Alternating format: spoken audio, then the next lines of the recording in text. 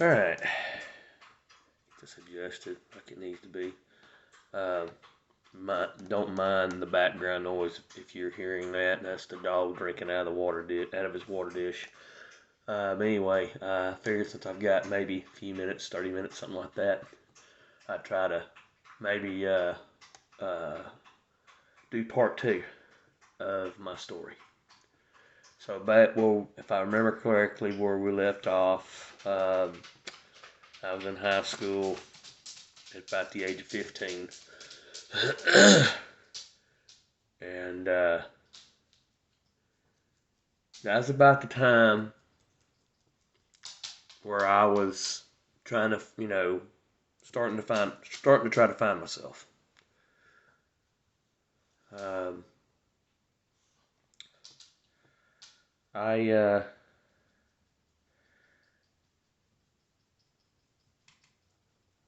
was in high school, trying to figure things out. Not sure what I wanted to do. I was trying to figure out things at an early age. Trying to figure out, what was my purpose in life? What was I going to do when I got out of school? College, tech school. What did I want to, what was I interested in? And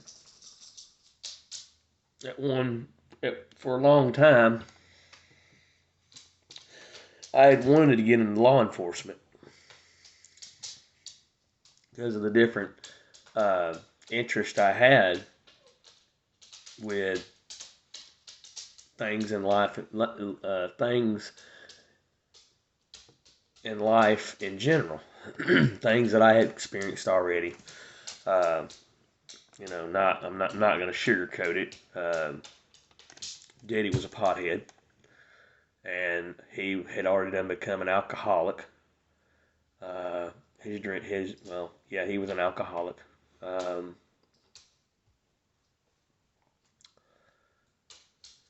he was also at times abusive with Mama when we weren't around.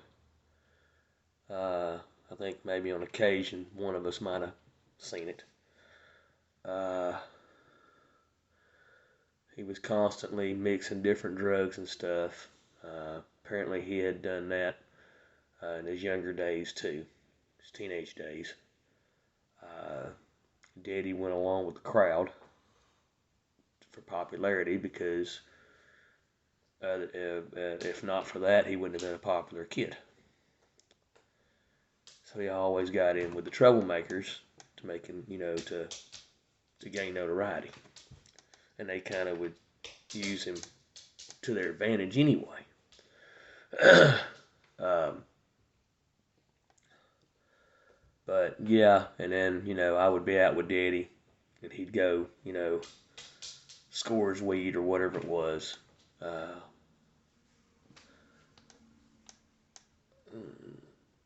there was a lot of times, um, due to his um, addictions, especially when it came to the alcohol, things would get unpaid. Necessary things would get unpaid. Um, we would have trouble keeping food in the house. Power wouldn't even be on in the house. There was one time he used the company. Uh, he used the work truck that he was lent to be his daily commuter home, back and forth home as a manager, uh, which he ended up staying over at Meadows Motors Chevrolet for years. After everything was said and done, he finally planted himself and tried to start growing some roots somewhere. And as he worked up his way through the management role, or worked up his way through in the service department. Became shop foreman. Then he ended up becoming service manager. And when he became service manager, that's when he that's when he started. How would you call it? He started having a wandering eye, and that's where he ended up meeting the other woman. She worked in the office as a bookkeeper.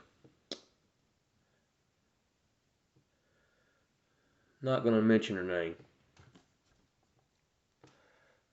That's actually more detailed than should be said, but you know what? Truth's the truth. That's how they met. I don't know if she was partly doing it to try to move up the ladder because they were in different departments. There wasn't really nothing he could, really do for her unless he put in a good word for her. Because, sorry to say, but he was an ass kisser at the dealership. But he didn't really have to be an ass kisser because he had a skill set. He was good at what he did. He was good at cars.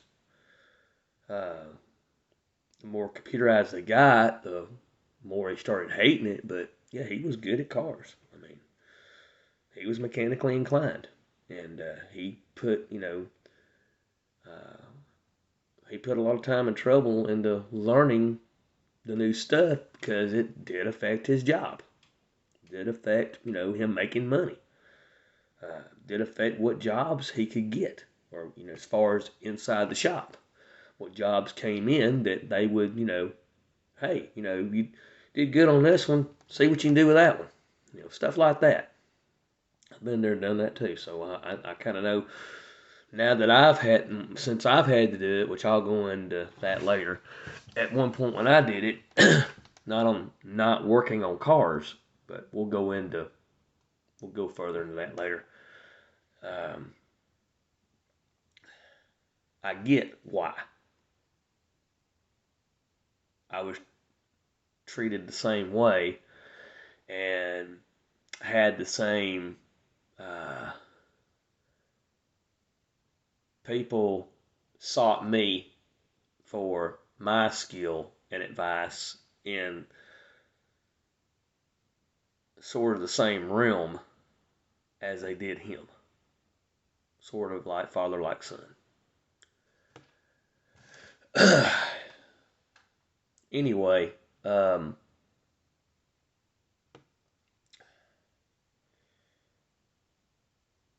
that's how him and her met up. That's how things, went that route. Which I've already sort of already untold that in the first one. But anyway,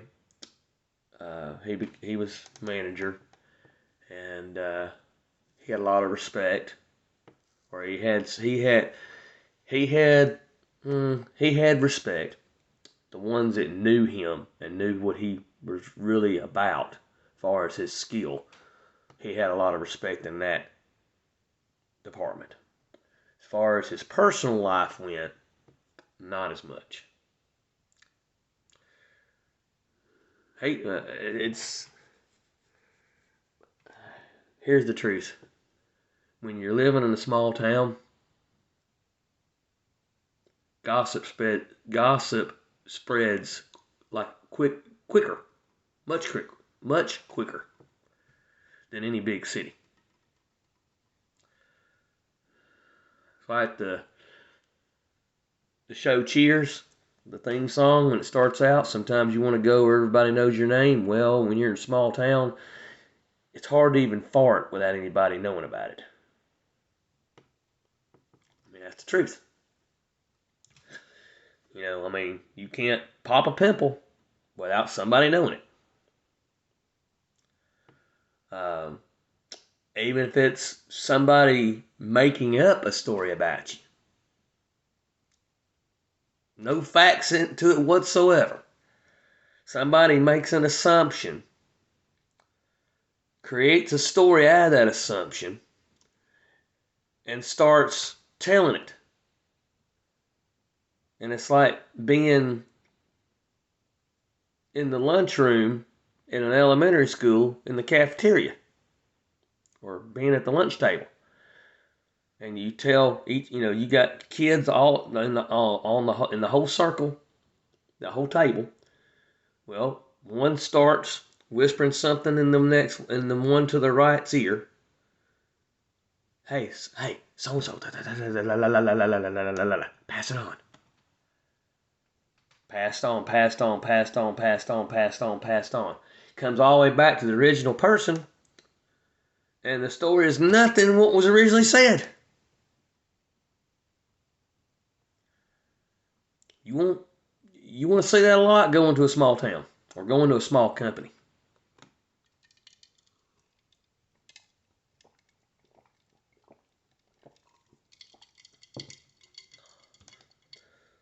That's ice water.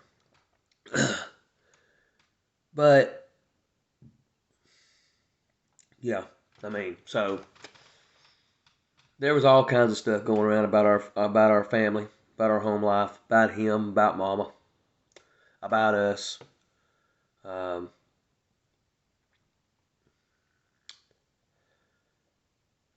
but there was one that, as far as his addictions and how they affected home, how they affected our life as kids, how it affected mama, how it affected him, how it affected him on the job. Um, there was a time we went without, the water was at the house was cut off for so long.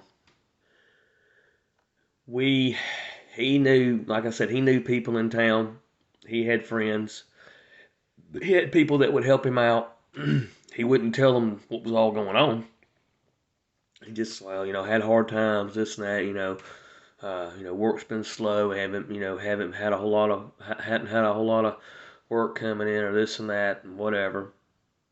And I think he was on salary when he became manager anyway. I don't even think he touched a car unless he was asked, by a coworker that was having trouble with it, or a customer that just knew him well enough and only wanted him working on it, or would only use a mechanic in the shop that he personally recommended. And that's another reason why he got a lot of respect and notoriety and ass kissing, because, I want the boss to recommend me too, so why shouldn't I? Because I can't get to work myself. I gotta have higher up recommend me, to get me some attention, because, I suck as a damn mechanic. Or, I just don't have the people skills. Whatever.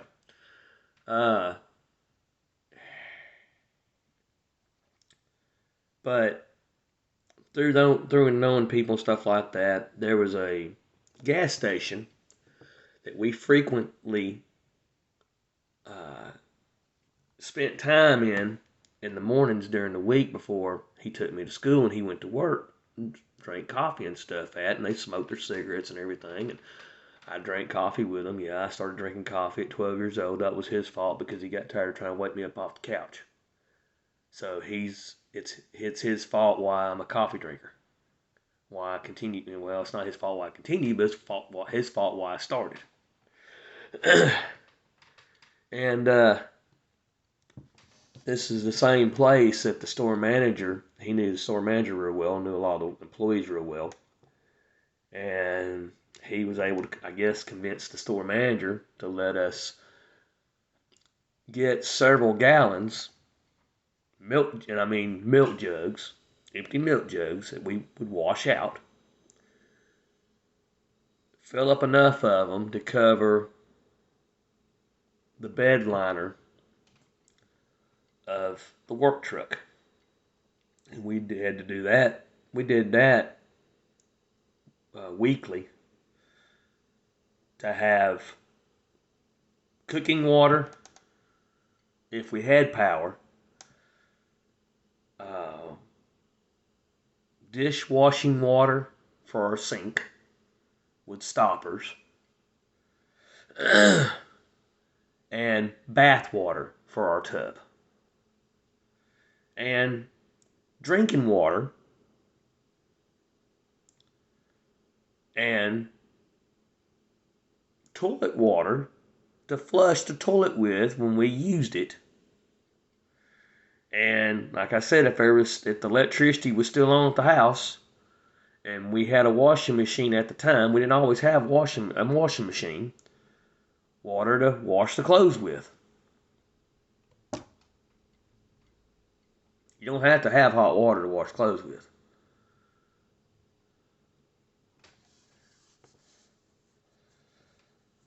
So, yeah, when I say I learned to figure things out and I learn to survive when I need to. I've been around the block. I've seen a thing or two, so I know a thing or two. You're not teaching me nothing that I don't already know unless I ask questions.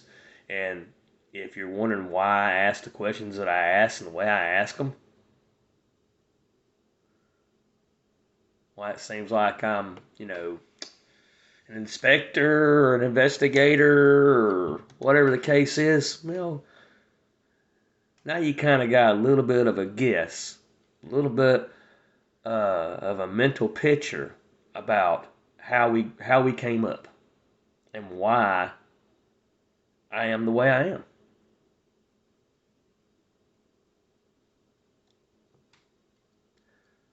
I haven't even told you all of it. That's just a little slither of information about me. But yeah, we had problems paying bills at times because of him. And Mama wasn't working. Mama had worked a time or two while we were growing up. The longest I think she worked was when she worked with him at that tire store as a bookkeeper, and he was a manager until it got found out about, and they said, no, we can't do this because that shows favoritism, which I told you about that in the last video. Anyway, try to see if I can move a little bit forward. I may have to jump back like I've been doing. If I do, forgive me. If you don't like it, don't watch. But anyway, I'm gonna continue telling my story how I want to tell it. I'll tell you what I want to tell you, what I want you to know, and I might omit some things I don't want you to know. Obviously. And if y'all feel like I say something that I shouldn't have said, and you disagree with it, don't watch. This is my story, not yours. You tell yours the way you feel like it. The way it goes. So, also at that time,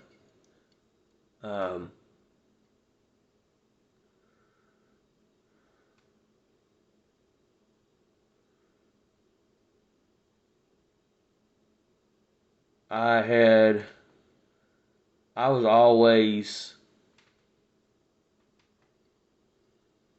exploring. Well, if it was the woods around our house, something in the backyard, in our basement, whatever it was, I was always exploring. Well, in the basement, I came across his old CB radio, or one of. He had two. I can't remember what the second one was. It was a 23 channel. This one was a 40 channel. And I came across it. No microphone. And then I realized we had we had two antennas on the house. Long story short, I hooked it up, and I had a buddy of mine that I'd known since first grade. We're still friends to this day. And he got me a microphone from the store, and I hooked it up. And I started talking on it. I found Channel 19, started talking to the truck drivers, and I started listening to what they were talking about with their jobs. And before I knew it, I started becoming interested in truck driving. And that was all she wrote. And now,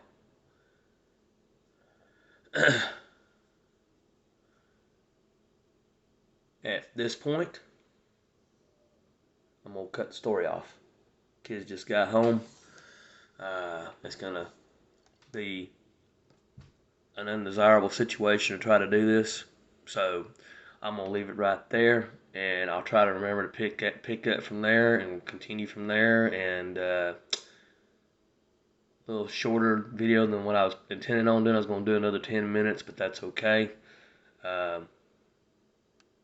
Catch you later. We'll get on part 3. I don't know how many parts this is going to end up being, but it'll be as needed. See ya.